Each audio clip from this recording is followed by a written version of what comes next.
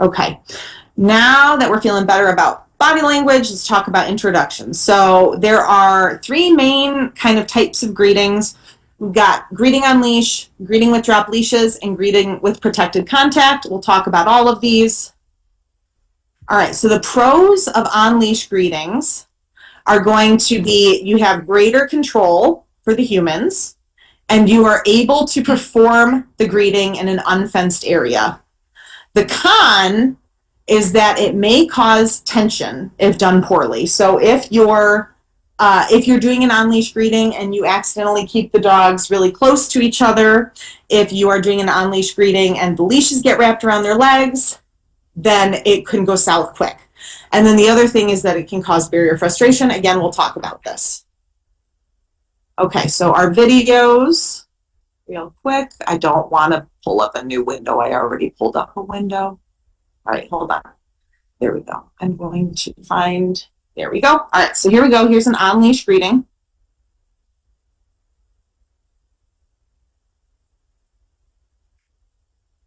So we've got very, very eager to greet. This Rottie has a really nice relaxed tail. The Husky's tail is a hard read, right? Because Huskies keep their tails high up over their back a lot. And they are checking each other out. Good job. Right, so they try to keep moving. They try to make sure the dogs do not stay in each other's faces. We never want to hold dogs in each other's faces. That can go sideways real quick. Pause that. Okay. And then our other on-leash greeting.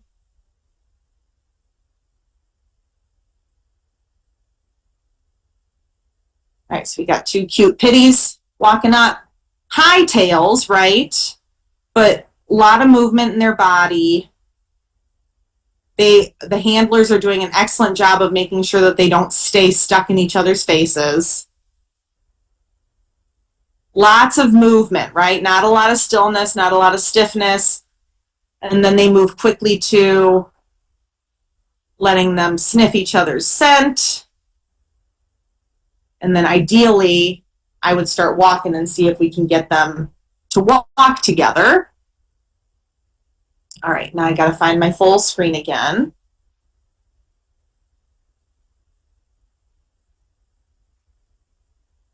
Okay, so dropped leash greetings. So the pros of this is going to be that dogs can act much more naturally, right? We still have some control in the form of a handle on the dog, so that if it gets out of hand, we can get a dog away from another dog without putting our hands physically on the dog. And there's very little barrier frustration risk if you do this well. The con is, of course, that dogs can get wrapped up in the leashes if play does start, and there's less control than if the humans are holding the leashes, right? Because you have to be fast enough to get in there and grab a leash if things start to go sideways. We've got two videos for this too. All right, here's our first video.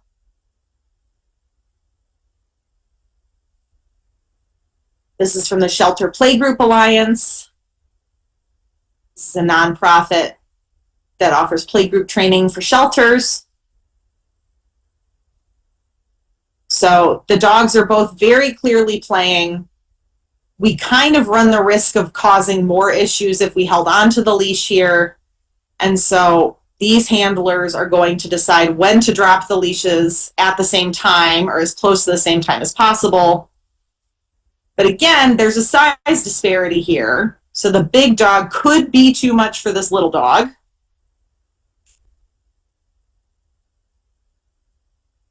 So we have these handles on if we need to use them, right? But we don't have to grab the dogs. And then our other off-leash greeting. These cuties at DuPage County. So these two have met on leash and they said, all right, let's go to the play yard and let them play off leash. Chase games are much less risky for leashes wrapping around each other than wrestling. If the dogs start to wrestling, you really have to babysit your leashes. So if you let two dogs romp with leashes on and you drop their leashes, you have to make sure that you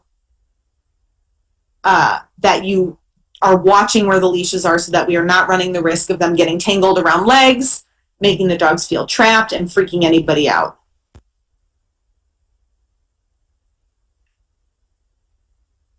Again, both leashes should be dropped at the same time. Keeping one dog restrained while another is free has a significant risk of making the dog that's leashed feel trapped and causing them to feel forced to behave aggressively. There are a couple of situations where I think it's appropriate to have one dog leashed and the other not. If you have a foster that is like really, really shy and quiet, and your dog loves other dogs and almost never feels nervous or scared and has been corrected historically by other dogs and not like retaliated, and they're kind of like quote unquote the bomb-proof dog. Having that dog leashed can help the more timid dog feel a little more comfortable. I would still probably have the other dog dragging the leash if they were your foster.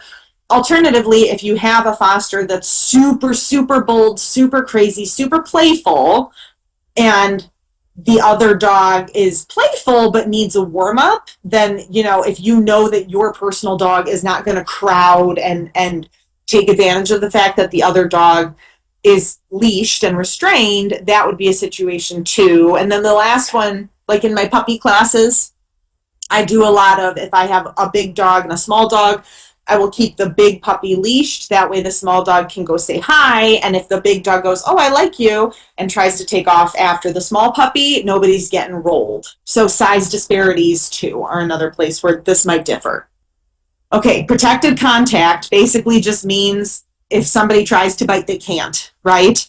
So the pros to protected contact are there are little to no risk for both parties, right? If there's a big fence between two dogs and they decide they don't like each other, nobody, unless there's a freak accident of a paw getting stuck through and somebody getting it, nobody's going to get really seriously hurt. The cons are that it's very, very likely to trigger barrier frustration. Again, I'll talk about that soon. And it may not give a real idea of how the dogs will act without the barrier between them. So some dogs are neutral with a barrier between them, but if the other dog can crowd the other dog, they'll escalate their behavior. Some dogs are very playful, and then you remove the barrier and they go, oh God, this is kind of scary. So it's not always a clear picture of what you're going to see without a barrier. Okay, so we have another video. This one's kind of long, so I'm going to cut it short before. No, we watched that, we watched that, we watched that. All right, cool. This one is like a reel or a YouTube short. Okay, so we have two dogs and we have this Dalmatian. They're saying hi through the fence. We're seeing relaxed tail wags on the labs. The Dalmatian is curious. Very loose tail here, a little high, but I mean, I'm not worried about it. And that might just be how the dog carries his tail naturally. More relaxed in the tail, right? Okay, so they can, and then here he's kind of like, oh, come back. The black labs are obviously interested in playing. Like there's very little ambiguity in their body language. All right, I'm going to exit out of that because I don't know if it'll stop playing automatically. Okay, go back to my presentation.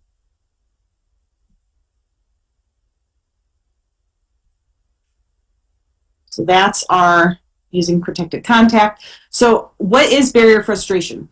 Barrier frustration is very common in young and adolescent dogs.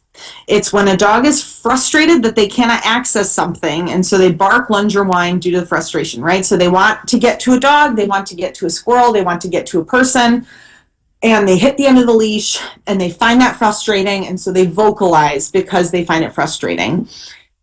A lot of times it can look like aggression, but when the dog is off leash, it goes away. So there are a lot of dogs who go into daycares or go into the dog park screaming their head off, and then they get them in, they unclip the leash, they let them in, and they play nicely. Those are the dogs that have barrier frustration.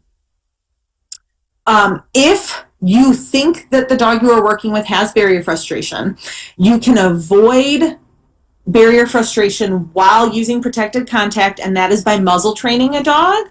The muzzle allows the dogs to move freely and they can play with each other, but it keeps the other dogs safe. But the thing about muzzle training is we never put a dog on the muzzle and say, okay, go. It's a long process. It takes how the dog feels about wearing the equipment into, it takes that into consideration.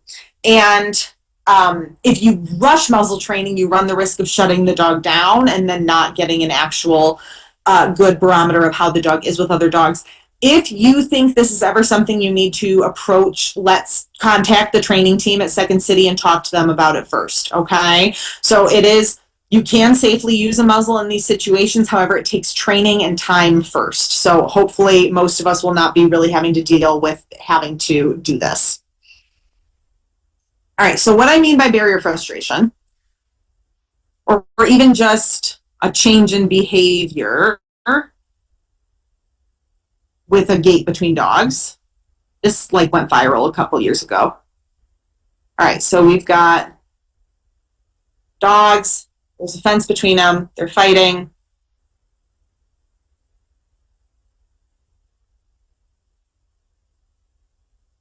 At no point do they attempt to go around the fence to fight. The fence is completely open. I have one more thing to say. Okay, never mind. And then they go away, right? So I don't know those dogs. That is from, I think, of the person who took the video was in India or another country. But it is a place where there are a lot of off-leash dogs, and I don't know if they were frustrated with each other or if they just feel emboldened with the gate between them. But gates can change the behavior in dogs, okay? Something important to note. Okay, so I think the safest way to introduce dogs is the following process. So this is my Cliff Notes or Too Long Didn't Read version. So choose the right location, start with parallel walking, allow a 3-second greeting with a circular sniff, then move away. Repeat that a couple of times, and then drop leashes if you think it's safe to do so. So step 1, choose the right location. So the best place, and I mean this is kind of most people know this at this point, the best place to introduce dogs is going to be on neutral turf. A lot of dogs will be insulted if you walk into their house with a dog they don't know, and it's kind of out of the blue, or into their yard. So although there are some laid back dogs who don't, so everybody knows their dog best, but the best place to hedge your bets is going to be an open space near to your house, and then ideally you can walk together to your yard or to another fenced-in area so that if the greeting is going well, you can drop leashes and it's safe. Choose an interesting location. So I usually say try not to do a parking lot. Sometimes that's all you have. That's okay. But the more brush and the more things to sniff and the more bushes and wooded areas, the less the dogs are going to fixate on each other, right? If you're in an empty parking lot and the only other thing in the parking lot that's interesting is the other dog, they are going to be pulling more and rev themselves up more. So choose natural distractions if you can. Okay, once you found your location, you're going to begin parallel walking. So you're going to walk the dogs parallel to one another, close enough that they know each other is there, but far enough away that they're not so excited that they're straining and going crazy. If the dogs are able to look away from each other, sniff the environment, notice other things, seem relaxed, remember that green light body language, move closer gradually. So you might start 20 feet apart, 30 feet apart. You're just going to gradually move closer. If either dog goes to the bathroom, peeing or pooping, allow the dog who peed or pooped to move away and then bring the other dog in to sniff. That way they can start to share scent and get to know each other. And then try to alternate who's following and who's leading, just depending on how the wind is blowing. You want them to get as much of each other's information via scent as possible. Okay, if both dogs are looking relaxed, happy, eager to greet, so think back on the videos that we just watched, you can let them get close enough to sniff and check each other out. Keep the leashes up and off the ground so that they're not tangling each other's legs in them, but don't tighten the leashes so much that there's no that they're completely tense. Okay, you don't want the dogs to feel that tension and go, oh, I'm trapped here. I can't move away if I needed to. You want them to feel like they can move. Encourage the dogs to circle and sniff each other. Will you take her outside, please? I know, take her outside just for like 5 minutes. I don't know what she's hearing. I know. I don't know what she hears. Um, okay. Do not allow the dogs to get stuck standing face to face. That's going to cause a scuffle. And count to 3 in your head or out loud. Prompt both the dogs away from each other with kissing noises or whistling, and then start walking again. So you want the initial greeting to be 3 minutes or 3 seconds of nice, relaxed, hello, and then move them away, start walking again. Movement is your friend. Okay, if you go, oh, look, they look relaxed, let's let them interact, and one of them doesn't want to interact, do not push or pull the dog closer to try to make the interaction happen. Okay, that is, a lot of times people want to rush and they want to get a feel and they want to say, just go say hi, and they push or pull. But if the dog is not choosing to move towards the other dog on their own, that's information that you should be taking into account, that they do not, that they don't feel comfortable enough yet for that level of interaction. Repeat the above greeting a few more times. You're going to do that like 2 or 3 times. Kind of depends on your dog, depends on the foster dog, depends on the other dog's body language. Give a couple of minutes between each greeting, and if you feel like they're really enjoying each other and would like to play, like the videos that we just watched a lot of, then plan on ending up somewhere that's fenced in, and drop leashes and let them romp a little bit. You're dropping leashes, you're not taking leashes off yet, okay? If either dog seems to be kind of over it and they're moving away and they're not interested in engaging more, take that information and consider whether we should just try another day, okay? All right, so we're dropping leashes. If they both seem eager, make sure you watch your leashes. Remember, chase games, less worrying unless your dogs are like running through bushes. It kind of depends on the environment. But when the dogs start to wrestle, that is when you really need to be watching where the leash is ending up, making sure it's not wrapping around their legs, etc. And then if the play starts to heat up, we're going to pick the leashes up, call the dogs away, give it a few minutes, then try again. I'm going to talk about consent tests in a minute. Okay, what to look for in off-leash interactions. So consensual reciprocal interactions. The dogs should, I mean, every time a dog meets another dog, depending on how socially savvy they are, there might be a little bit of awkwardness there, but both dogs should be like, yeah, okay, I'll interact with you. Even if they're not playing, they should be sniffing each other's rear ends. They should be showing some mild interest in one another.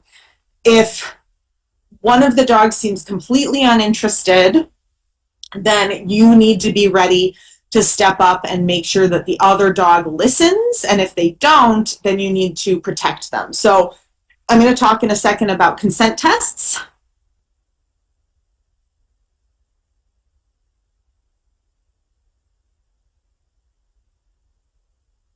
Okay, so a consent test is basically you making sure that both dogs are enjoying themselves. So the tan dog is on top of the brown dog. These are both shelter dogs. We're like, I don't know if the brown dog needs a break. So we pull the tan dog off, and the brown dog kind of leans and shifts. She goes, where are you taking him? And she gets up and she says, actually, that was really fun. You should give him back to me. And then we drop the leash and we let that resume. Okay, so that's what we pull him away. She says, give him back to me, and then the play resumes. So if the brown dog in that video had moved away, they would have said, okay, maybe she did need a break. Okay, now here is an example of a dog who does need a break.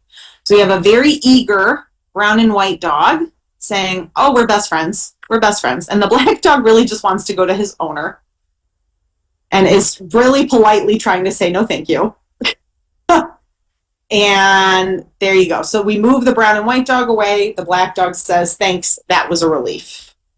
So quick little point that I wanted to make, is any amount of aggression okay? So when we talk about aggression, what we're usually talking about is behavior to make the other dog go away, or the other human, or whatever, what other species. So dogs are social animals, and all social animals will have disagreements and arguments, all of them. Some disagreements are subtle and we barely notice them. Other disagreements are louder and scarier, and they can activate what me and some of my trainer colleagues call fear of dogs. So kind of like the lizard part of our brain where we go, why are you living with a wolf? And so it's important to realize that all social animals argue, and just because it's loud doesn't necessarily mean that it wasn't okay or that that dog is aggressive. While the next couple of slides are kind of about preventing these issues wherever we can, it's important that we realize that some aggression is normal for all dogs. So growling is a normal behavior, and as long as both parties are listening to one another, that is what matters.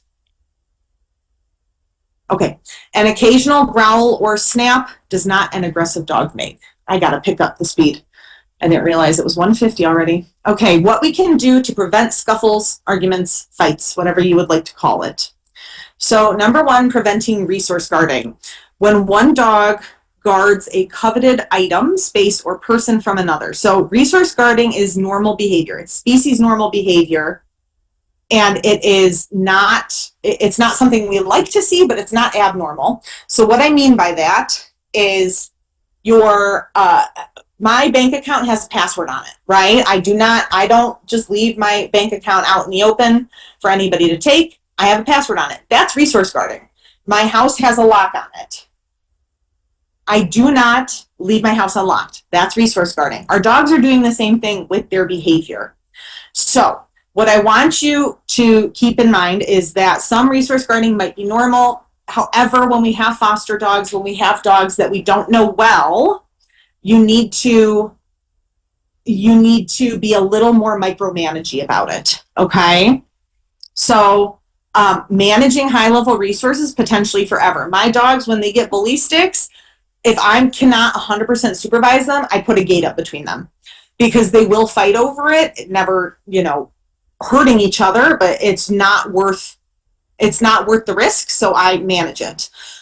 Supervise for low-level resources, at least in the beginning. So toys on, if we have a new dog and we're not sure how it's going to go, keep toys up. Bones tend to be high level, even if they're old bones, they tend to be high level resources. And interrupt when you see yellow light body language. So it goes back to that body language. Okay. What does management look like? So again, crates or gates for bully sticks, tracheas, hooves, anything that's edible and came off of an animal, treat it as a high value resource. Use gates and exercise pens, feed in different rooms, and allow space and distance for feeding times. So watch very carefully. A lot of people do not recognize the low level body language that dogs offer when we expect them to eat in very close proximity with one another, but it can heat up and tip fast. Okay, so be mindful of that. Don't allow pestering. So if there is a large disparity in the age and energy level of your dog and the foster dog, you may have difficulty with the one dog pestering the other dog and not necessarily listening when the other dog politely says no. This can be very problematic if the new or foster dog is the one pestering the household dog, right? So if we have a dog who's kind of like, this is my house, these are my rules, and the foster or the new dog goes, I don't care, that can be an issue. We want our household dogs to know that we have their back, okay, and we'll back them up. Make sure your younger, more active dog gets enough enrichment, okay? Set up time with other playful dogs if possible. If you know that the younger, more active dog likes other dogs, then you can set up play dates so that they get that out of their system with other dogs instead of pestering your dog. Use crates, pens, and tethers, and advocate for the lower energy dog. And if you need to, you can have the younger dog drag a leash, okay, so that you can easily walk them away. So when I say you can have the younger dog dragging a leash, I do not mean pulling, yanking. You keep steady, even pressure on the leash and you walk them away, okay? I'm not looking to use the leash to change behavior. I'm just using the leash to make it so that the older dog does not feel like they have to constantly tolerate a dog honing in on their space and being inappropriate. Watch for escalating play. So when dogs are playing, we look for meta signals, activity shifts, role reversals, and self-handicapping. Meta signals are basically like a play bow, open mouth, very loose smiley. So basically a dog saying, we're just playing.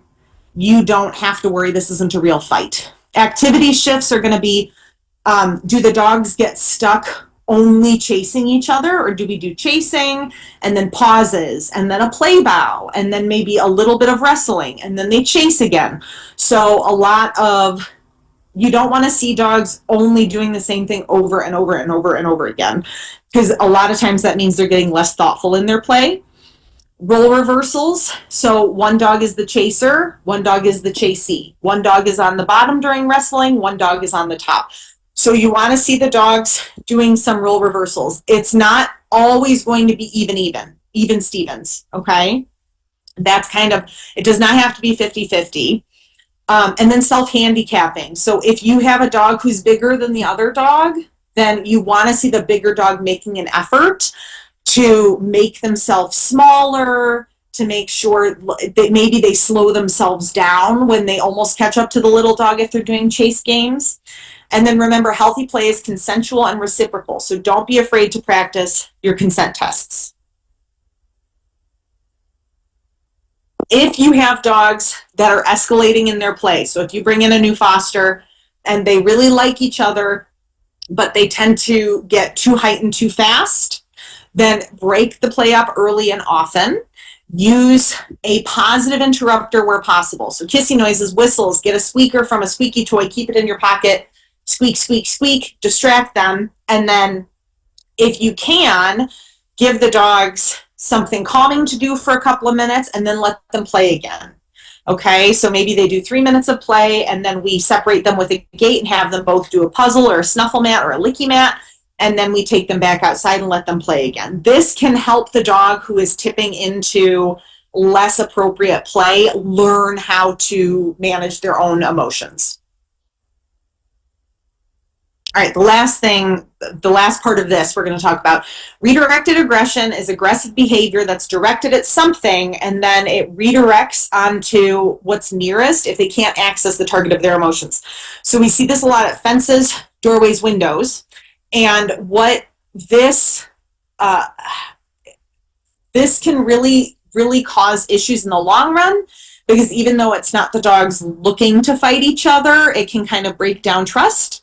And it also tends to be worse than intentional kind of arguments because the dog is seeing red. Okay, so this is, the dogs are both running along the fence barking, they run into each other and then a fight breaks out. That's redirected aggression. Or both dogs are barking out the window at a squirrel and one of the dogs turns and snaps or growls at the dog next to them. That's redirected aggression. And really for this, with foster dogs, we just want to manage, okay? Just try to prevent as much as we can, because if your foster dog gets adopted in 2 or 3 weeks, you're not going to have the time to put into place a huge training plan. If this happens a lot, don't allow the dogs access to where it happens. So if the front door is a hot spot, then maybe the dogs can't have the front door when, dad gets home, that type of thing. Okay. All right. Unless you know the dogs really well, it's almost always a good idea to keep emotional arousal levels down in the beginning, just because excitement and frustration can tip over into aggression, even if the dogs didn't really mean to. Okay, and then one last note. If there is a size disparity, be even more cautious than these slides detail. So Dogs practice what's known as ritualized aggression. Basically, it's aggressive behavior that's meant to send a message but not actually hurt or damage anybody. And usually, the vast majority of dog quote unquote fights or arguments are non injurious. But if it's a big dog versus a small dog, it's much more potentially dangerous just because of the size disparity. It's just a fact. So be cautious if there is a size disparity involved.